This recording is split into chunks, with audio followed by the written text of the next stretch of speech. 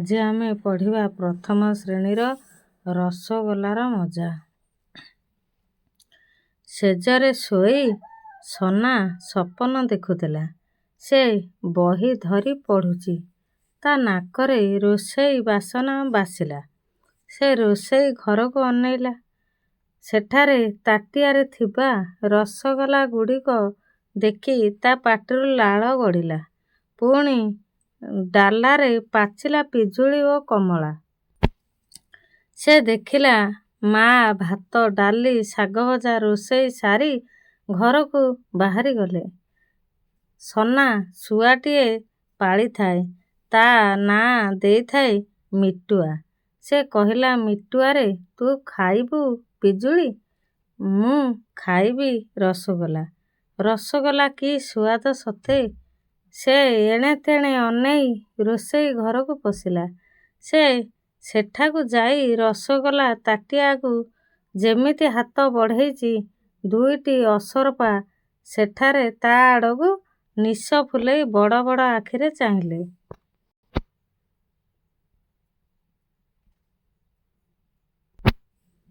ତାର ଅସରପାକୁ ଭାରି ଡର।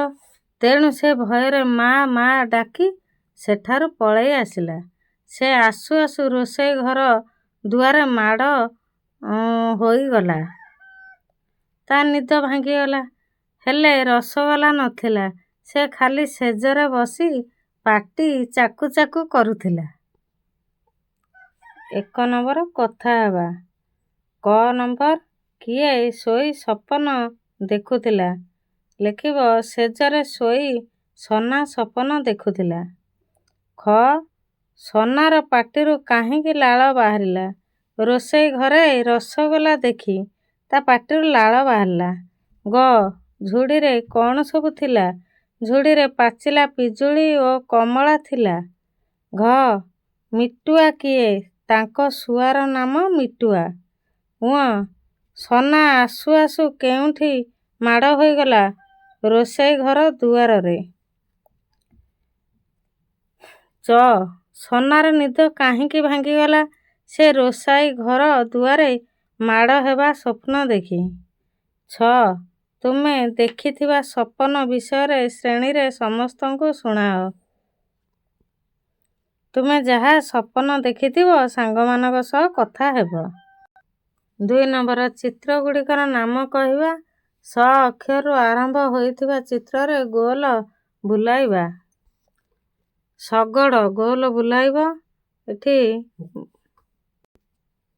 ବଲ ଗୋଲ ବୁଲାଇବା ନାହିଁ। ଶାମୁକା ଗୋଲ ବୁଲାଇବ। ତୀର ଗୋଲ ବୁଲାଇବା ନାହିଁ। 3 ନମ୍ବର ସାଙ୍ଗ ସହ କଥା ହୋଇ ଶବ୍ଦ ଗୁଡ଼ିକରେ ଥିବା ସ ଅକ୍ଷରକୁ ଚିହ୍ନିବା ଓ ଗୋଲ ବୁଲାଇବା। ଶଗଡ଼ ଗୋଲ ବୁଲାହେବ। ଏଠି ଧନୁ ଗୋଲ ବୁଲାହେବ ନାହିଁ। ଶିଉଳି ଗୋଲ ବୁଲାହେବ। ଖବର ଗୋଲ ବୁଲାହେବ ନାହିଁ। ଧବଳ ଗୋଲ ବୁଲାହେବ ନାହିଁ। 4 ନମ୍ବର ଆସ ଦେଖି ଦେଖି ଲେଖିବା। କୋଠରୀରେ ସ ଅକ୍ଷର ଅଛି, ତମେ ଦେଖି ଦେଖି ଲେଖିବ।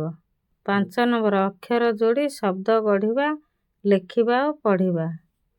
ସର ସର, ଶୁଆ ଶୁଆ, ଏଠି ମଶା ମଶା, ଶାଗୁଆ ଶାଗୁଆ, ଶଗଡ଼ ଶଗଡ଼। 6 ନମ୍ବର ଆସ ପଢ଼ିବା। ସର ଶୁଆ ଶଗଡ଼ ଶହେ ଶାଳକାଠ, ଶାମୁକା ଶାଗ, ଶିକୁଳି ଶିଆଳି, ଶାଗୁଆ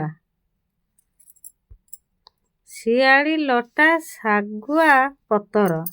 7 ନମ୍ବର ସ ଅକ୍ଷର ଥିବା ଶବ୍ଦ ତଳେ ଥିବା କୋଠରୀରେ ଠିକ୍ ଚିହ୍ନ ଦେବା।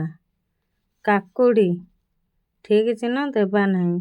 ଏଠି ଚାଷ ଠିକ୍ ଚିହ୍ନ ଦେବା। ଆଖୁ ଠିକ୍ ଚିହ୍ନ ଦେବା ନାହିଁ। ଷଠି ଠିକ୍ ଚିହ୍ନ ଦେବା। ମଣିଷ ଠିକ୍ ଚିହ୍ନ ଦେବା। 8 ନମ୍ବର ଦେଖି ଦେଖି ଲେଖିବା। କୋଠରୀ ଭିତରେ ଅଛି ମୂର୍ଧନ୍ୟାସ, ତମେ ଦେଖି ଦେଖି ଲେଖିବ। 9 ନମ୍ବର ଅକ୍ଷର ଯୋଡ଼ି ଶବ୍ଦ ଗଢ଼ିବା, ଲେଖିବା ଓ ପଢ଼ିବା। କ ସରେ ଆକାର ଦିଆହେଇଛି ସା, କଷା। ଏଠି କ ସରେ ହସେକାର ଦିଆହେଇଛି ସି, ଲେଖିବ କଷି। ଏଠି ଚାଷ, ଏଠି ବରଷ, ଏଠି ମଣିଷ, ଏଠି ଚଷ, ମରେ ମା ଆକାର ଦିଆହେଇଛି ହବ ମା, ଚଷମା। 10 ନମ୍ବର ଆସ ପଢ଼ିବା। କଷି, ଚାଷ, ଚଷମା, ମଣିଷ, ମେଷ, କଷା, ଆଷାଢ଼, 60। 11 ନମ୍ବର ଚିତ୍ର ଗୁଡ଼ିକର ନାମ କହିବା। ଯେଉଁ ଚିତ୍ର ନାମ ସ ଅକ୍ଷରରୁ ଆରମ୍ଭ ସେଥିରେ ଗୋଲ ବୁଲାଇବା। ସପୁରୀ ଅଛି ପ୍ରଥମ ଅକ୍ଷର ସ, ଗୋଲ ବୁଲାଇବା। ସାପ ସ ଅକ୍ଷର ଥିବାରୁ ଗୋଲ ବୁଲାଇବା। ଏଠି କଇଁଛ ଗୋଲ ବୁଲାଇବା ନାହିଁ।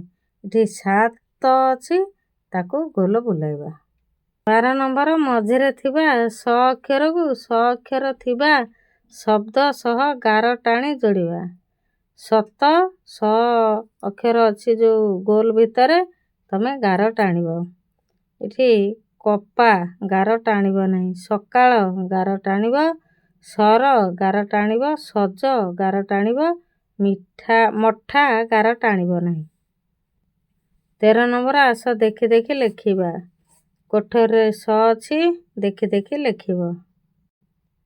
14 ନମ୍ବର ଆସ ପଢ଼ିବା। ସାପ, ସତ, ସପୁରୀ, ସାଗର, ସରଗ, ସୁଜି, ସୁନା, ସକାଳ, ବାସନ, ସଡ଼କ। ଖରା ଦିନ ଗଲା, ବରଷା ଦିନ ଆସିଲା, ବରଷା ପାଣି ବରଷିଲା, ଗଛ ପତର ଶାଗୁଆ ଦିଶିଲା। 15 ନମ୍ବର ଏ ଅକ୍ଷର ଥିବା ଶବ୍ଦ ସହ ଏ ଅକ୍ଷରକୁ ଗାର ଟାଣି ଯୋଡ଼ିବା। ଆଇ ଗାର ଟାଣିବା ନାହିଁ। ଏକତା ଗାର ଟାଣିବା। ଏ ଅକ୍ଷର କୋଠରୀରେ ଅଛି ଦେଖିବ ଗୋଲ ଭିତରେ। ଏକତାରେ ଗାର ଟାଣିବ। 11 ଗାର ଟାଣିବ। କମଳା ଗାର ଟାଣିବ ନାହିଁ। ଏମୁ ଗାର ଟାଣିବ। ଫସଲ ଗାର ଟାଣିବ ନାହିଁ। ଏକ ଗାର ଟାଣିବ। ନଈ ଗାର ଟାଣିବ ନାହିଁ। 16 ନମ୍ବର ଆସ ଦେଖି ଦେଖି ଲେଖିବା। କୋଠରୀରେ ଏ ଅକ୍ଷର ଅଛି ତମେ ଦେଖି ଦେଖି ଲେଖିବ। 17 ନମ୍ବର ଏ ଅକ୍ଷରକୁ ନେଇ ପଢ଼ିବା ଓ ଶବ୍ଦ ଲେଖିବା। ଯେପରି ଗାର, ଏଗାର। ଏଠି ଏକାଠି। ଏଠି ଏସବୁ। ଏପରି। 18 ନମ୍ବର ସାରଣୀରୁ ଅକ୍ଷର ନେଇ ଶବ୍ଦ ଗଢ଼ିବା। ସର, ସାପ, ଏକ, ମାସ, କଷି, ଧନ, ଘାସ, ରାତି। 19 ନମ୍ବର ଚିତ୍ର ଦେଖି ତାର ନାମ ଲେଖିବା। ଲେଖିବ ଏଇ କୋଠରୀ ଭିତରେ ଅଛି ସେଠି ଲେଖିବ ସାପ, ଏଠି ତୀର, ରସୁଣ, ପଣସ, ଶଗଡ଼, 11। 20 ନମ୍ବର ଆସ ପଢ଼ିବା। ଆଷାଢ଼ ମାସର ଶେଷ ଶନିବାର ସନିଆ ଥାଳିଟିଏ ଧରି ହାଟକୁ ଗଲା। ଶାଗ, ସାରୁ, କଷି, କାକୁଡ଼ି କିଣିଲା। ଏସବୁ ଧରି ଖୁସିରେ ଘରକୁ ଫେରିଲା। ପରବର୍ତ୍ତୀ ଆମେ ଯେଉଁ ଭିଡ଼ିଓ କରିବା ସେଥିରେ ଆମେ ପଢ଼ିବା ଆମ କାମ।